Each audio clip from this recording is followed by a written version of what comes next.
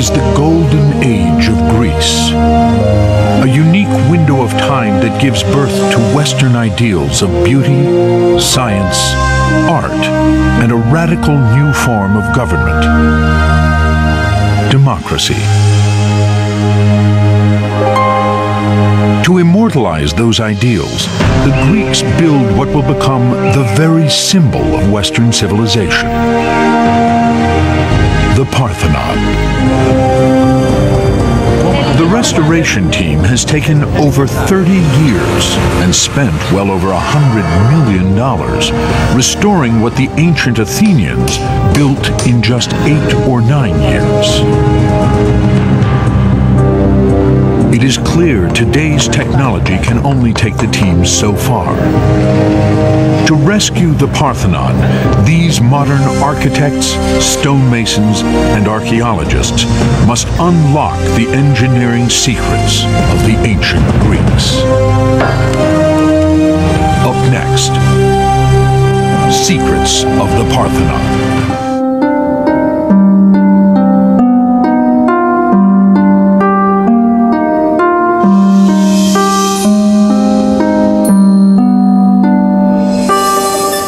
Peering over the rooftops of modern Athens, from its throne atop the ancient Acropolis, the sacred city in the sky, the Parthenon rules in shimmering splendor.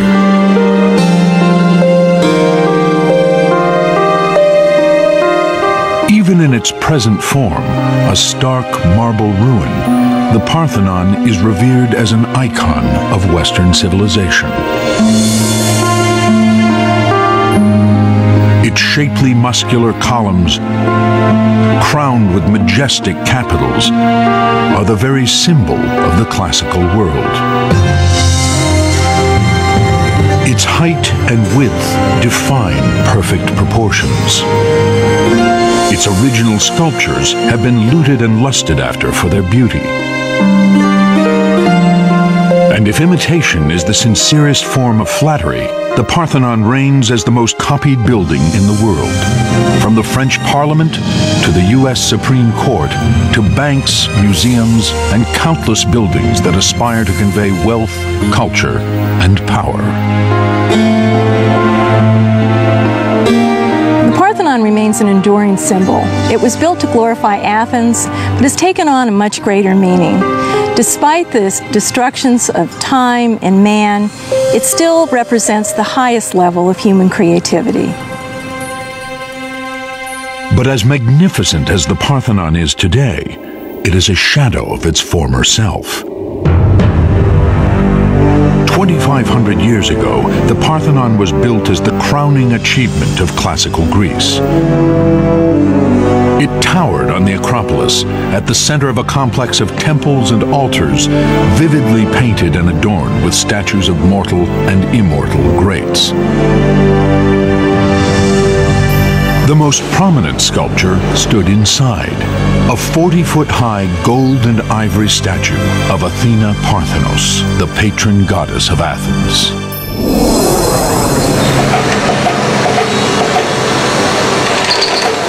But that was then. Where Athena once stood, today stands a crane. Not a trace of her statue remains. Now her holy precinct is a construction site. For much of her temple lies in tens of thousands of pieces, some scattered around the Acropolis, some around the world, and some lost forever. What does remain standing is in danger of collapse. Now, a rescue mission, the Acropolis Restoration Project, is trying to save it. The team, guided by the meticulous investigations of Manolis Kouris, has set the bar high, salvaging whatever ancient marble blocks remain in order to create the most faithful restoration. The cost to date is easily over $100 million. We keep as much as possible of the original material, and we do not damage the asset material. The theory is that we preserve all the original pieces and we add only a few marble in order to fit them to the general construction. This capital, once atop a column, typifies the struggle they face. It is in 6 pieces, with many fragments still missing. First, master marble masons need to puzzle together what pieces they can find. Then meticulously recreate what is missing. The block itself weighs 10 tons. It will need to be hoisted to the top of a column consisting of 11 drums, of which many are also fragmented. Together, the drums and capital may have to support up to 100 tons of surviving marble beams and sculpture. But before they can hoist the capital into place, the team must solve a more perplexing problem. On which of the Parthenon's 46 columns does the capital belong?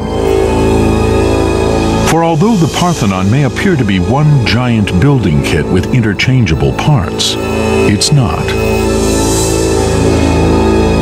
The building, celebrated as a symbol of beauty and perfect proportions, hides an ancient secret. Kathy Paraski and Lena Lambrinu, architects on the restoration team, investigate. You think that all the blocks are square in this building, but in fact, if you check it with a set square, you can see that we don't have a right angle here.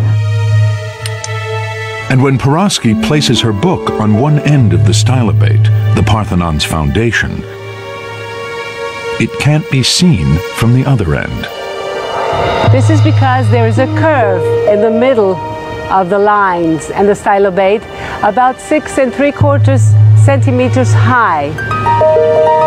Kores and his team have investigated every angle on the Parthenon. And although the building looks straight, they've discovered there's barely a straight line on it. These curves are no accident.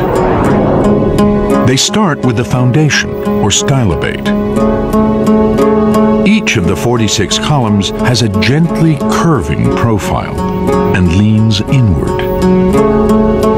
Even the architraves, marble beams that span the columns, as well as the architectural elements above them, are curved. This means that each of the over 70,000 pieces of the Parthenon is unique and fits in only one place.